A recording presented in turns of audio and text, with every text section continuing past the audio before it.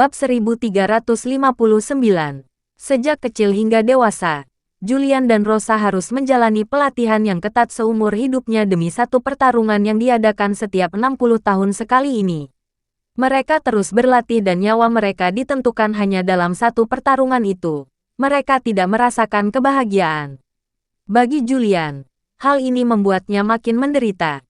Pasalnya, dia sudah menderita penyakit fisik bulan dingin ini sejak kecil dan makin parah seiring dengan bertambahnya usia. Sekarang, dia sudah hampir tidak bisa mengendalikan penyakitnya itu. Sejujurnya, dia bisa hidup sekarang pun sudah termasuk sebuah keajaiban. Saat ini, melihat pertarungan di Gunung Langit sudah makin dekat, hati Julian pun perlahan-lahan merasa tenang. Dia menyadari kematian tidak menakutkan, melainkan harapan yang terus-menerus meningkat hingga menjadi keputusasaan yang paling menakutkan.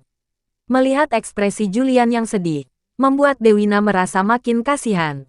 Dibandingkan dengan Julian, dia merasa dirinya benar-benar sangat bahagia. Meskipun harus pergi ke kerajaan Nuala menjadi mata-mata selama beberapa tahun, kehidupannya tidak pernah begitu menderita. Setelah menikah kepada Wira sekarang, dia merasa lebih bahagia. Sejujurnya, dia merasa hidupnya mungkin akan terus bahagia seperti ini. Dia memeluk Julian karena merasa sangat kasihan. Namun pada saat itu, Wira tiba-tiba berkata, "Kalau menurut perkataanmu, alasan Sekte Gunung bisa menyerangmu mungkin gak akan semudah ini." Wira mengernyitkan alisnya. Mendengar perkataan itu, semua orang tertegun sejenak. Melihat ekspresi semua orang yang bingung, Wira baru berkata, "Kalian pikirkan saja. Sekte Gunung bisa punya gunung yang sama dengan Sekte Langit. Mereka tentu saja akan memahami Sekte Langit.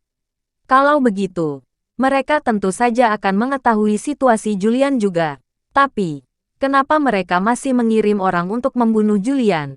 Setelah Wira selesai berbicara, mereka semua terkejut sejenak, lalu segera memahaminya. Benar, mengapa Sekte Gunung mengirim orang untuk membunuh Julian? Pasti ada masalah dengan hal ini. Kondisi penyakit Julian sudah sangat parah dan bisa merenggut nyawanya kapanpun. Mengapa Sekte Gunung masih mengambil risiko dengan mengirim orang untuk membunuh Julian? Kak Wira, maksudmu, mereka juga sedang berada dalam masalah ya? Kata Biantara terlebih dahulu setelah dia akhirnya menyadari maksud Wira. Wira tersenyum dan menganggukkan kepalanya. Benar, mungkin inilah alasan mereka yang sebenarnya. Ada dua kemungkinan dari situasi ini. Pertama, mungkin Rosa bukan seorang jenius, melainkan orang bodoh. Mereka hanya berkata seperti itu untuk membuat kalian merasa cemas saja.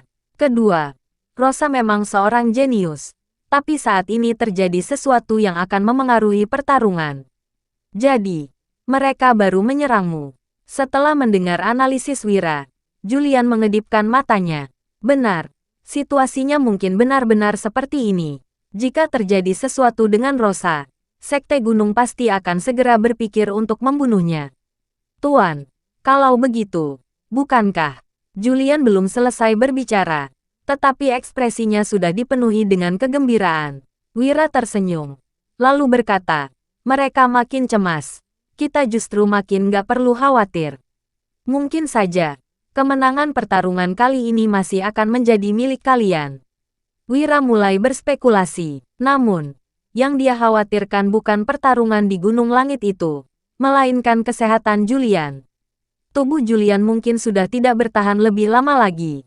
Mengenai pertarungan itu, dia sama sekali tidak peduli. Bab 1360. Wira hanya peduli dengan keselamatan Julian.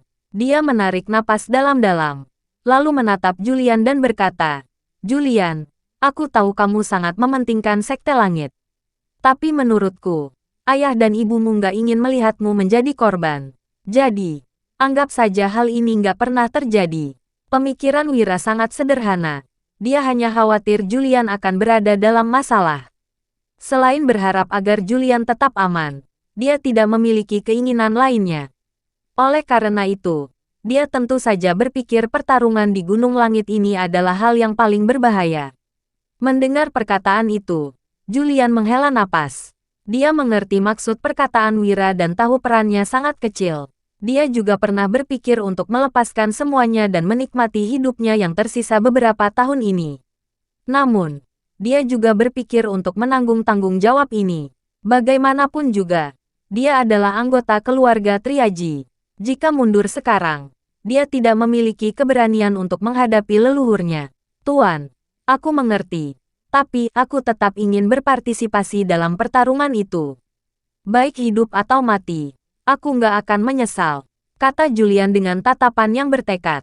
Wira menghela napas. Dia memang berinteraksi dengan Julian belum lama, tetapi dia tahu Julian adalah orang yang teguh dengan pendiriannya dan tidak akan berubah setelah memutuskan sesuatu. Dia tentu saja juga tahu perasaan Julian terhadap keluarganya tidak akan bisa diatasi hanya dengan kata-kata. Baiklah, kalau begitu, ada yang bisa kita bantu.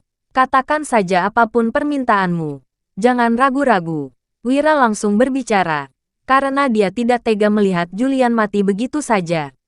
Dia memang menduga keluarga Barak juga berada dalam masalah. Namun, keluarga Barak sudah mengirim orang untuk membunuh Julian. Mereka pasti tidak akan menyerang Julian hanya sekali ini saja. Mereka pasti akan melanjutkan tindakan mereka.